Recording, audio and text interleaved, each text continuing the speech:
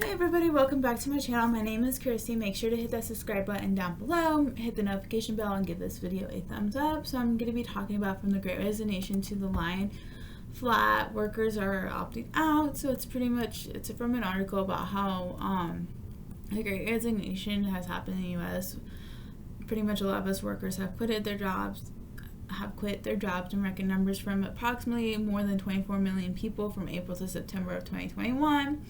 And it's similar things are happening in Germany, Japan, and other wealthy nations as well, like China, and that the pandemic has taken a toll, and with surveys did show an increase of feeling burnout on a mental health going down the drain, and that the pressure has been building in developed countries for decades, ranging from incomes becoming stagnated, job security has become precarious, and the cost of housing and education has soared, leaving fewer younger generational people are not able to build a financial stability life, and that this is from the Great Resignation is a phenomenon that is happening less in the people younger than 40, and that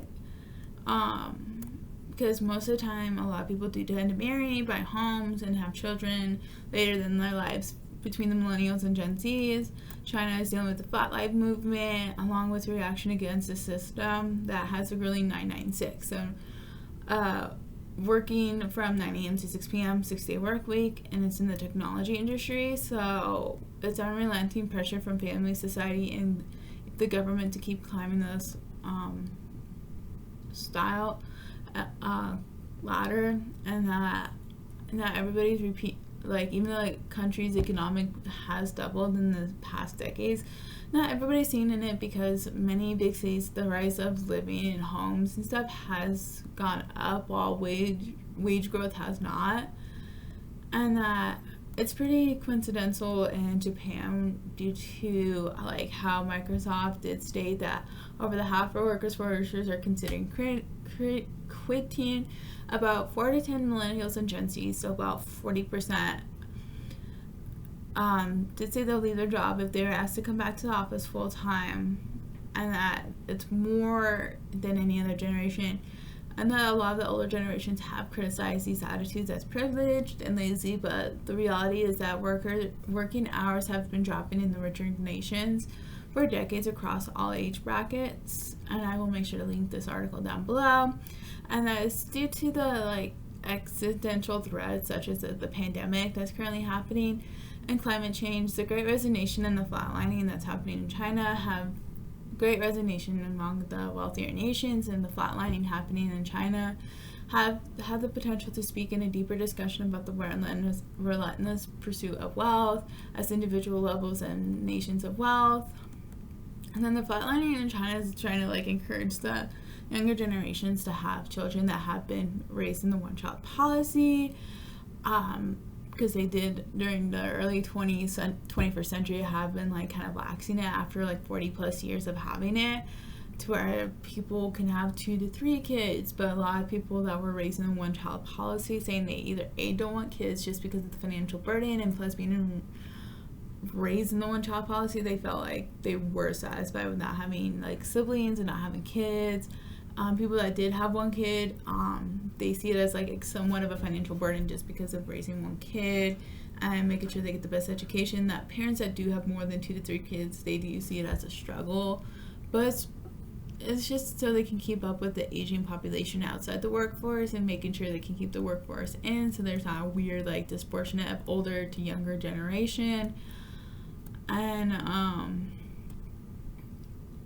let me see what else. I know there's more interesting stuff in this article, that the Flat Life movement may be a sentiment news in China's economic development. As the nation gets wealthier, richer, its workers can afford to be a little bit more choosy. In the U.S. and Europe, the formation of the large middle class was the key to the rise of the 1960s counterculture, and later the so-called slacker generation of the 90s.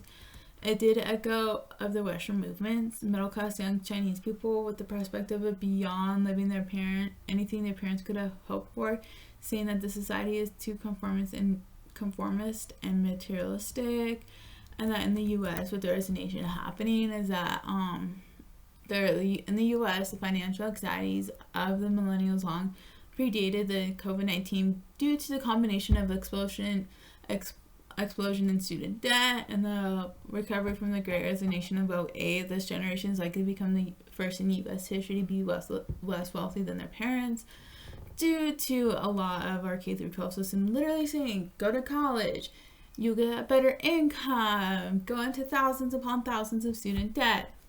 And this pandemic did appear to have these concerns to head.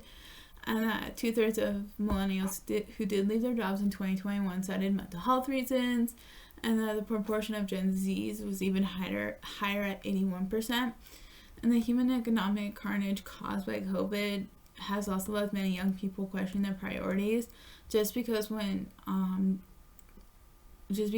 back in July of 2020, Ben Anderson, who was working at a federal agency in Washington, D.C., was summoned back to his government office position, but there was nothing that had supplied safety equipment or making accommodations for social distancing, and that he had been thinking about quitting for a few years. He did good grades in college, recorded to the big city, and spent 7 years in a white-collar job. But he couldn't even save enough money to buy a house, and he was citing due to work was stressful. He was far away from his family, and he's like, I'm certain at this point it was for what I was working in a bureaucracy in which you don't effective change. It wasn't built for that. He got jaded. Now he's living in LA and acting in television and commercials, and that he has had as much chance in something as insane as Hollywood as running at the governmental job.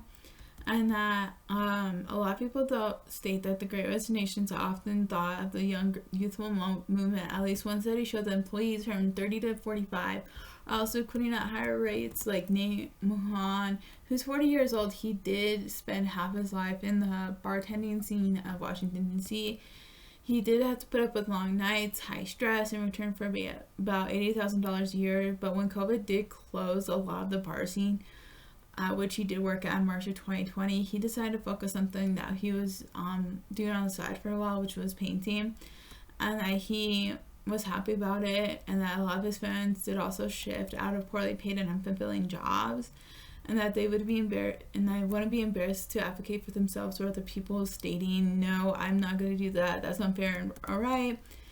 And that many of them have used Muhammad was one of the many who used the money he saved over the past few years to fulfill his renovation. The U.S. personal savings rate skyrocketed during the pandemic thanks to enhanced unemployment benefits and stimulus checks that was given through both then President Trump, and our current President Biden's administrations. And that it's really interesting, and that a lot of people do say the reason they're quitting now is just because of job situations, income, childcare, children, and that a lot of people can't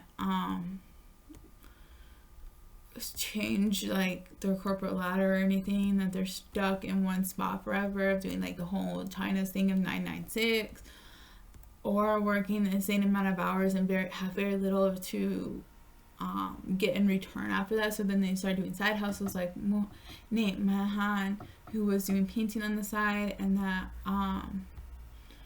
a lot of people were able to actually stick up for themselves between the ages of 18 to 45. But some of us have seen online about the whole people going on their work, like Target, Walmart, Amazon, retail jobs, literally on their speakers saying, hey, I effing quit, stuff like that.